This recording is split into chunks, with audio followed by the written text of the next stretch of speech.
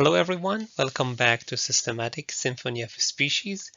In this video, we're gonna continue our video series on species concepts, and we're gonna focus on biological species concepts.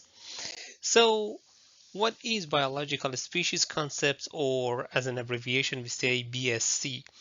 A species is considered in the biological species concept as a group of actually or potentially interbreeding natural populations that are reproductively isolated from other such groups. This is one of the most widely used concepts originally formulated by Ernest Mayr. It emphasized reproductive isolation as the key factor and backbone in species delineation. Individuals of a species can interbreed and produce fertile offsprings, but they cannot breed with other species. So as we go deeper into the definition of BSC, the central idea is that the species are distinct reproductive units. If two groups of organisms can interbreed and produce viable offspring, they are considered part of the same species. This concept emphasized the importance of gene flow in maintaining the integrity of a species. When populations interbreed, they share genetic material, and this exchange of genes helps prevent the accumulation of genetic differences that could lead to divergence into distinct species. On the other hand, if reproductive barriers prevent successful interbreeding, they are considered separate species. Reproductive barriers can be prezygotic, or occurring before fertilization, or postzygotic, or occurring after fertilization. Reproductive isolation actually refers to the barriers that prevent members of different species from interbreeding and producing viable, fertile offspring. There are two main types of reproductive isolation as mentioned earlier: prezygotic barriers and postzygotic ones. Now, bringing some examples of reproductive isolations, one of the most famous ones are the examples of horses and donkeys. The biological species concept, actually, when dealing with the cases of horses and donkeys, we see that horses and donkeys can actually interbreed and they can produce viable offspring called mules. However, mules are usually sterile because horses and donkeys have different chromosome numbers. These post-zygotic barriers prevent ongoing gene flow between horses and donkeys, supporting their classification as distinct species. Another example of reproductive isolation happens in sister species of birds. Two bird species, the eastern meadowlark, the species is Sternella magna, and the western one, Sternella neglecta, have similar appearances and overlapping ranges in terms of geography and distribution, but they differ in their mating songs. This difference in mating behavior serves as a prezygotic barrier, preventing them from interbreeding despite their physical similarities. This example highlights how reproductive isolation mechanism can play a significant role in maintaining species boundaries. So there are some main causes of reproductive isolation, and one of the most relevant ones is the geographic isolation. Different physical barriers like mountain, rivers, lakes, valleys, or other geographical features can separate populations of a species, preventing them from interbreeding. Over time, this can lead to the accumulation of genetic differences and the development of reproductive isolation. Another example of main causes of reproductive isolation is the ecological isolation. Species that occupy different ecological niches within the same geographical area may not come into contact with each other. This can lead to the evolution of different traits and behaviors, reducing the likelihood of interbreeding over the time and increasing the chances of speciation. Another example of reproductive isolation, actually one of the main factors, is temporal isolation. Species may have different mating seasons, times of the day, or times of reproductive activity.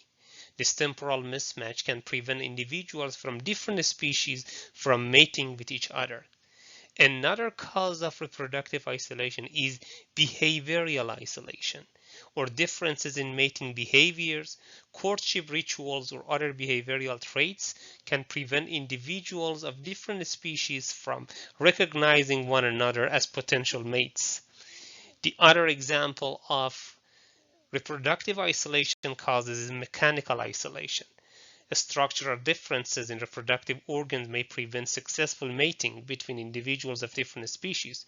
For example, the genitalia may not fit together correctly.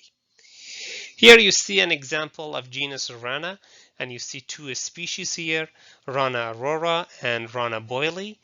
And as you see here, we have a kind of temporal isolation as Rana aurora breeds earlier in the year than Rana boylii. And by passing the time, they accumulate enough genetic differences from one another and they become separate species. And the other cause of reproductive isolation can be considered as the post-zygotic or the gametic isolation.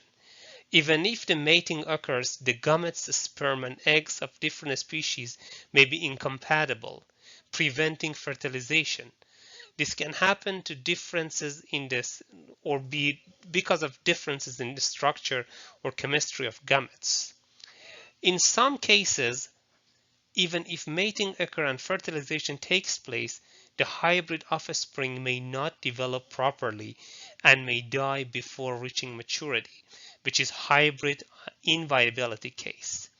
Also, we have hybrid sterility case, like the hybrids are viable, but they may be sterile and unable to produce offspring. This is common in crosses between closely related but distinct species. The other example of reproductive isolation is hybrid breakdown. We have the cases that the two different species interbreed. First generation of hybrids may be viable and fertile, but subsequent generations may have reduced viability or fertility, leading to a breakdown in gene flow between the two populations. So, talking about the advantages of the biological species concept, one of the most important one is its clear and testable criteria. BSC provides a clear and objective criterion for defining a species. It can be tested through observations of reproductive behavior and breeding experiments. The second one is its relevance to the evolution.